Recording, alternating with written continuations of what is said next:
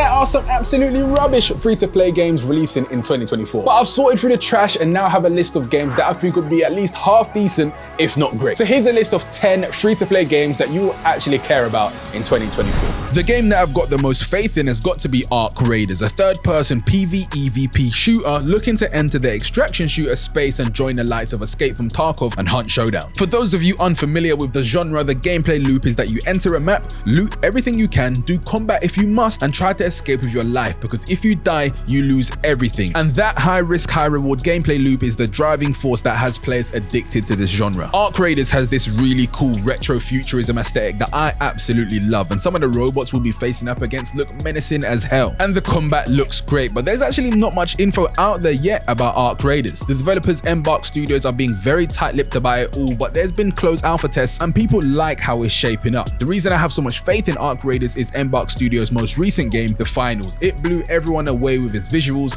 tight controls, and gunplay. So it's clear they know exactly what they're doing. Arc Raiders is set to release sometime later this year.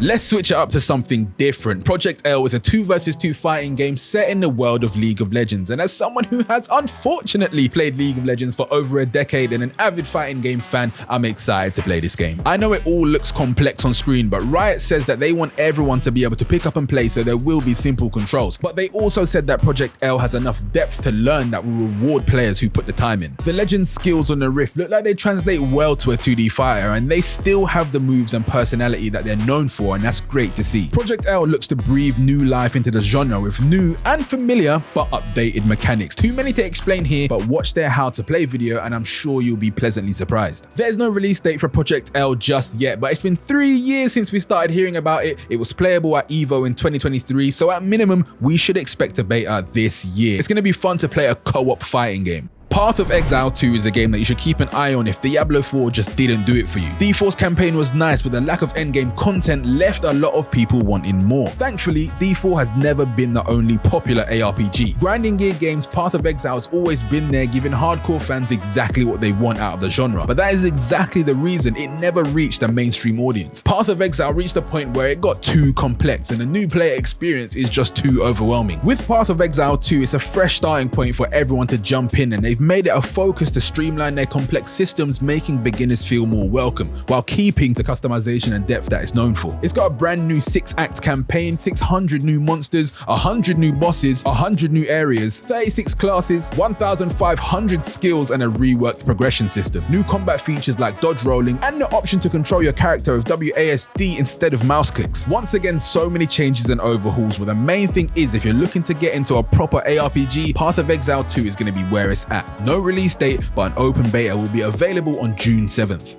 We'll be seeing the full launch of Multiversus in early 2024, which I'm excited about because I must say I was pretty upset when they closed the open beta last year. Multiversus definitely scratched that platform fighter, Super Smash Bros. Itch with its fun gameplay and of course the charm of the Warner Bros. Characters. It's not often we get to battle Batman versus Shaggy or Bugs Bunny versus Arya Stark, but it's understandable why they took it offline because it wasn't perfect, ranked was jank and the progression system sucked, but I'm excited to see what they've been cooking up. Xdefiant takes a load of the existing Ubisoft franchises like The Division, Far Cry, Watch Dogs and Splinter Cell and puts them all into a first-person shooter. And I didn't think Ubisoft would be the ones to come out with a Call of Duty competitor, but I think their game Xdefiant has an opportunity to grab players' attention while COD is on their back foot. Its gameplay reminds me a lot of COD back in the day with its weapon handling and movement. There are skills and abilities in Xdefiant, but from what I played in the beta, 90% of the duels were decided by gun skill. There's no skill-based matchmaking, the maps are clean, and there's weapon customization and loadouts without 1,000 attachments. Listen, the main takeaway is this: it feels like a traditional shooter but with a modern twist with just enough bells and whistles to keep things exciting. I'm looking forward to diving into this, but there's one problem. Xdefiant was supposed to launch last year, and the game I mentioned earlier from Embark Studios, The Finals, has released before it. Landed so well with FPS fans and set the bar high for free-to-play shooters. But the silver lining is that both games can exist together since Call of Duty is just running itself into the ground. Xdefiant will release in early 2024.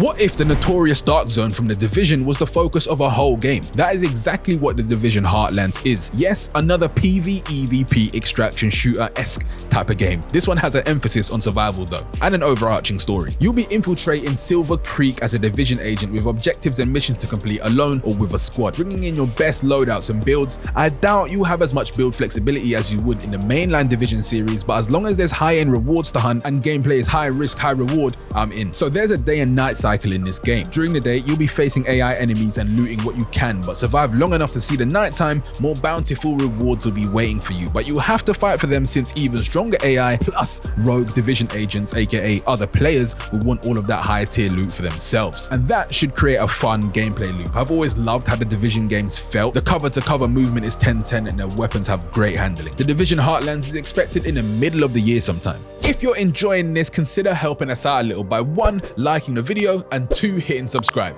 Thank you. Now back to gaming. Foamstars is a chaotic 4 vs 4 family-friendly bubble-filled shooter. Taking its inspiration from the likes of Splatoon, Foamstars will have players filling the stages of Bath Vegas with weaponized foam that you can use in a variety of ways. You can coat your enemy in foam, then get close enough to boot them out of the arena to get eliminations. You can create terrain and form your own vantage points, bridges and stairs. There isn't a mode where whichever team paints the map the most wins, like in Splatoon, but painting the floors and walls in your foam is still a big part of the game as it speeds you up and slows the enemy down. The game modes are more objective based with a twist though. Push the payload by dancing on a rubber duck or hunt the VIP player on the other team who's got super health and more damage. Foamstars is releasing on PS5 and PS4 and will actually be available in the February PlayStation Plus monthly games on February 6th, so give it a try. From the creators of Genshin Impact and Honkai Star Rail, Hoyoverse have a new game on the way called Zenless Zone Zero. It's a single player roguelike where you'll be selecting stages from this wall of TV screens, defeating waves of enemies and completing different sub-objectives with your team of 3 agents. Combat revolves around comboing and swapping between your agents. I've got to say it all looks pretty stylish. The art style is great, loads of fancy animations and the colors really pop. Once you get to the end of a run, you take your rewards and put them towards upgrading your favorite agents in your team comp and then head right back in to face stronger enemies. Bear in mind though, this is a gacha game, so a lot of the things you'll be unlocking will be RNG based, either from in-game or real-world currency unlocks, but that's about it for Zenless Zone Zero. It will be available sometime later this year.